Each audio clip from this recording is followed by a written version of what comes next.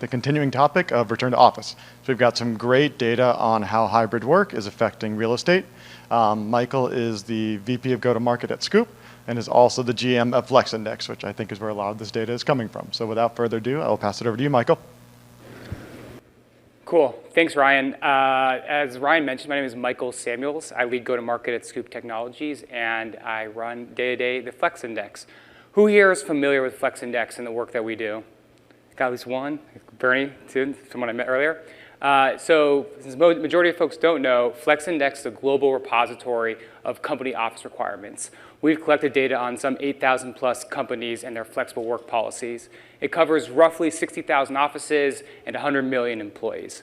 We publish monthly reports on the latest trends in flexible work. Last month, we just published our financial services deep dive. We do an annual State of Flex webinar and annual report. We have our next report on enterprise companies launching in just a couple of weeks.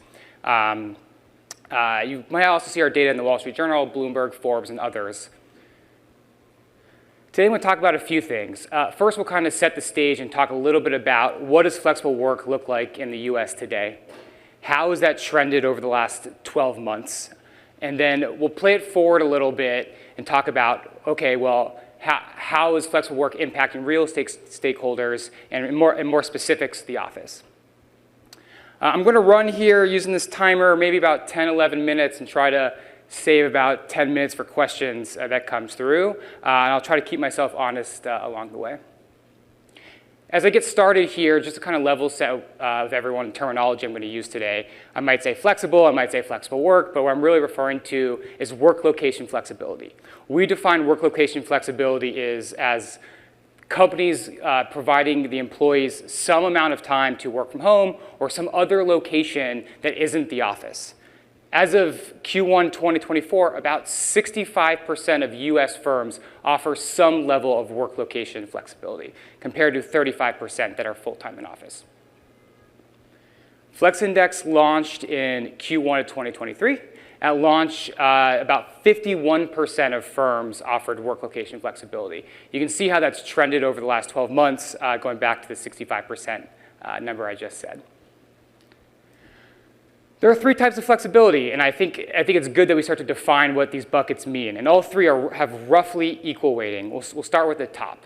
The first is what we call fully flexible. This is made up of two types of requirements. The first is fully remote. These are companies that do not have offices, and they work 100% remote. The second is what we call employee's choice. Employee's choice refers to giving the employees the option to choose how often or never to come to the office. A lot of employees' choice firms that we've spoken with actually give credence to teams, managers, departments to set their own guidelines for what it means to come to the office that best fits them. And so between those two, about 33% of US firms fall in the fully flexible work environment. The second bucket, which we call structured hybrid, which I think a lot of organizations will refer to as hybrid as a generality, are organizations that have put policy against their flexible work. And we break that down really in three ways. The first and most common is what we describe as minimum days per week. These are companies that say, hey, employees, you have to come in 2 or 3 days per week. The second is specific days per week. These are companies that say, hey, you have to come in Tuesday, Wednesday, Wednesday, Thursday, Tuesday, Wednesday, Thursday, or some degree therein.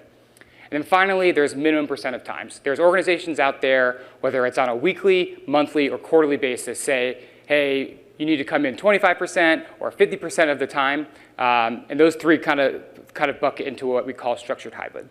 And then again, full-time in office. Over the last 12 months, we've seen the fastest growth in structured hybrid models, going from 20% to 30% of US firms. This compares to fully flexible that is relatively flat over the same period, and then you can see the downward trend in full-time in office. Breaking down structured hybrid firms, the vast majority of structured hybrid require 2 or 3 days per week. And typically this manifests into about 2.5 times per week, so 50%. And so that's where folks tend to converge. You might hear it around Manhattan or in San Francisco, wherever you live, about this like in-week peak. And so sometimes it matriculates to Tuesday, Wednesday, Thursday, Tuesday, Wednesday. And so you see a lot of that in-week crunch with folks choosing to stay at home on Mondays and Fridays. Now we'll start to push things forward and talk a little bit about the real estate picture. As you can imagine, with folks coming in at a more variable rate or less time in the office, this has some implications for what real estate or the office may look like. To get us started, we took a look at the average age of a company and compared flexibility by age. Companies that we've defined as newborn or tween, so companies that were founded within the last 20 years, offer much more flexibility than companies that have been around longer. The blue line here is all industries, and then, it's all industries. The green line here is all industries except tech. Tech tends to be, predominant in offering flexibility. Last quarter, we partnered with Boston Consulting Group to do some analysis to understand the relationship between revenue and flexibility, looking at public firms' revenue growth from 2020 to 2022. And their results showed that companies that offered more flexibility in general had higher revenues on an industry-weighted basis. This slide is kind of a build off of that. We also looked at growth rates of companies across the three models. And again, consistently, companies that offered flexibility were growing at a faster rate than companies that were full-time in office. And in this economy, if you're hiring and you're hiring at a faster rate, it probably means you're doing a little better financially.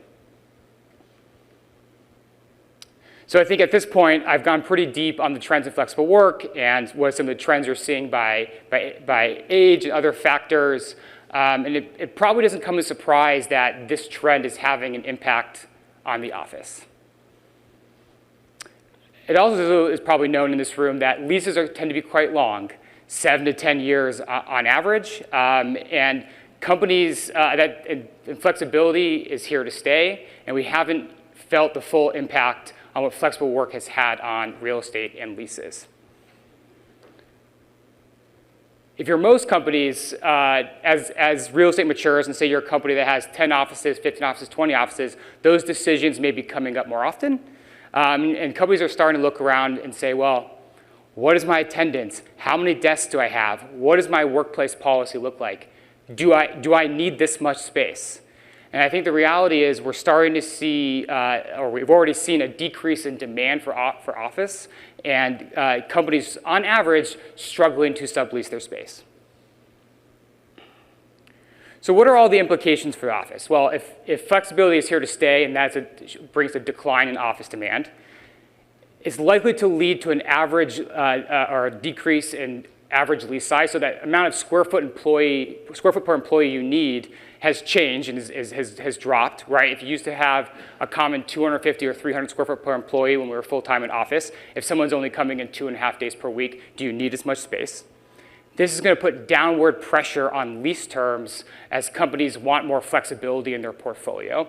You're likely going to see an increase in demand in flexible space as companies aim to have more flexibility and make a greater investment in flexible space for their own portfolio or their real estate strategies.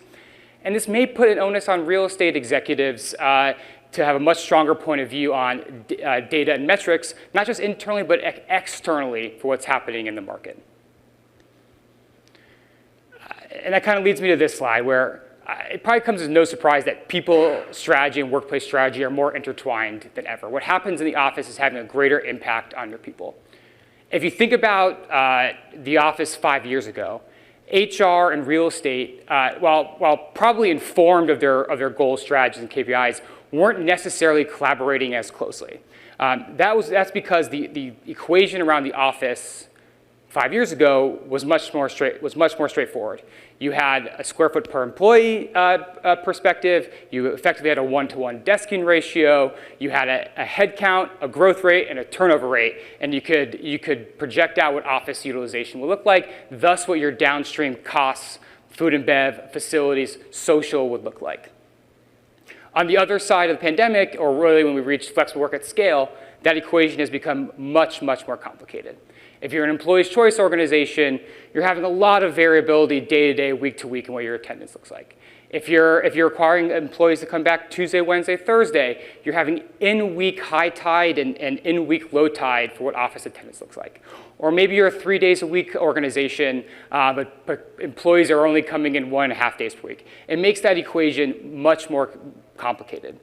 And if you think about your real estate portfolio, that's usually the second most expensive thing on one's balance sheet, followed by people, or people being number one, that is, which is your payroll. And so you're talking about a strategy in the office, the workplace, that impacts the most expensive and second most expensive item a company has to deal with. And the reality is today, workplace and HR leaders don't have a lot of data or external data to help make these decisions. So what can we do about it? Today I'd like to introduce Flex Benchmarks. Flex Benchmarks combines flexible work policy, real estate, and workplace metrics to enable leaders to assess investments and policy decisions relative to their peers. With Flex Benchmarks, you get to understand which offices are underperforming or overperforming relative to others. It allows HR and workplace leaders to make really informed decisions about, yes, how large your four walls or like what your square footage is, but also like what that configuration is within your four walls, right? If you're gonna tell your organization that the office is now for collaboration, you should come in 2 days a week to collaborate, yet you have made no changes to the amount of workstations you have, and so folks are just sitting in the same desks, are you really making good on your promise that the office is for collaboration? Or if you're an employee's choice organization that doesn't require employees to come in, do you have the right event space, the right social space for what you're like for when people do attend the office and what they're trying to do? And one of the most important aspects of this is, if you're trying to think about the investment you need to make is like-for-like comparisons. It doesn't make a whole lot of sense to compare what your office utilization or your attendance looks like if you're a 2-day-a-week company versus a full-time in-office company. The DNA and the metrics associated with those organizations are drastically different. And with a tool like this, you'll be able to compare your offices against the required days, location, industry that you care about across core workplace metrics and HR metrics. It'll also help you understand if you were to turn the knob, if you go from 2 days to 3 days, what can you expect in terms of increased attendance, or what does your desk share need to look like? And also, like, what engagement and turnover are you putting at risk by making those changes? That's all I really got for you today. Feel free to reach out to me, find me here to learn more.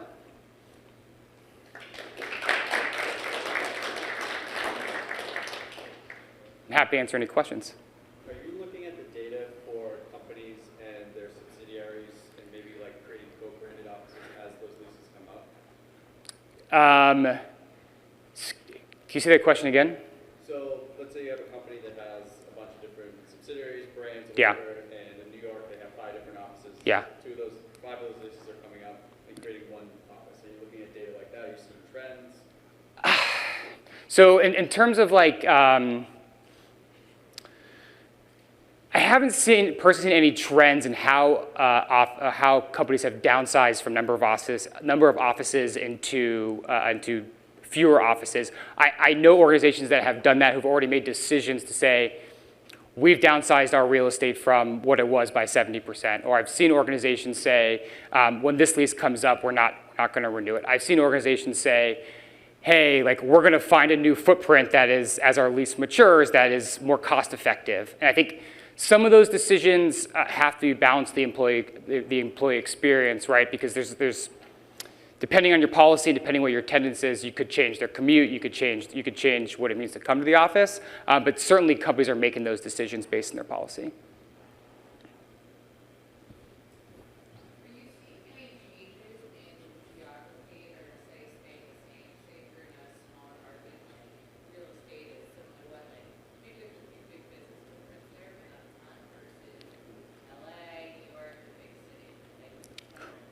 Yeah, the question was, are we seeing any differences between effectively more urban metros or larger metros and smaller metros? I'd say I see more difference in terms of like geographic location. So like the Southwest versus the Northeast. I think has very different perspectives on what flexible work looks like. I think that has impacts downstream to what the real estate is. From a pure cost perspective, you're going to find differences in terms of small versus urban as well.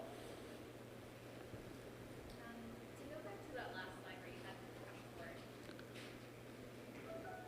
I love that you incorporated some HR data onto here. Having been on the HR side, my question for you would be, are you also looking at potentially the cost savings, right? So if I was the CFO, I'd love to know if we went from 3 to 2, what the cost savings of that would be both for the employee, let's say if they're moving into the city, as well as the employer. Yeah, it's a great question. We haven't yet. I would say the next phase of this is to go towards cost. And I think that's probably standard cost per square foot type metrics, but there's also new emerging metrics that like Atlassian has coined, like cost per visit and things like that, so organizations know what they're spending for someone to actually come into the office. And so I'd say we're not there yet, but we're going there. Where we're starting is with what I would describe as foundational workplace metrics and HR metrics that are available and ubiquitous in definition, so we have consistency in data as we acquire it. There's certainly a lot of verticalized metrics that folks are interested around coworking or remote or these other sort of specific flexible work types that we'll also get to in the future. Have you seen any trends more recently with companies that over the last 2 years have went fully remote, shut down all of their offices? Have they started getting back into the office space again? I have not seen a single company that went fully remote return to the office. That doesn't mean it hasn't happened. I would say majority of companies that have put a flag in the ground of either being fully remote or outwardly employees' choice are proud of that and beat the drum. I've also heard, as Liza mentioned in her presentation, these companies that started with what are described as guidelines, but then more firm up as policies to make sure what they wanted to happen is potentially happening.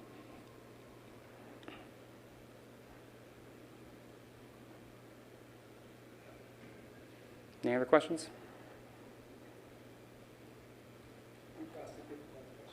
Yeah.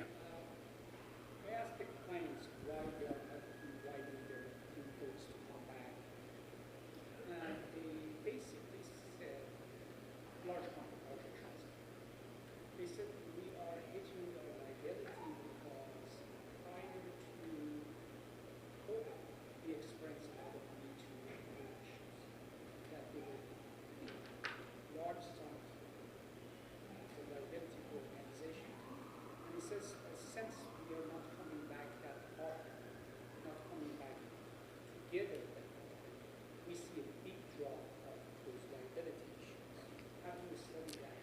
We have not studied that. So the question was, have we seen any changes in like liabilities related to the office because of fewer tenants? I haven't explored that yet. I also had an interesting conversation earlier with someone who was working immigration law and the difference in pay scale for folks who are working here on a visa and remote versus hybrid. And so there's lots of interesting angles that I think make sense over time to explore.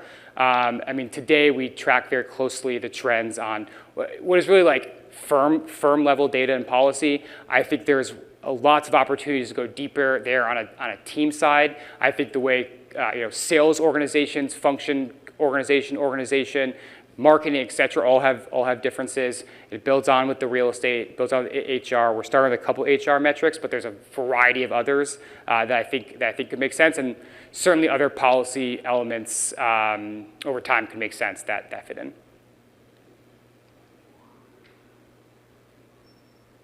Cool. Awesome. Thank you for having me.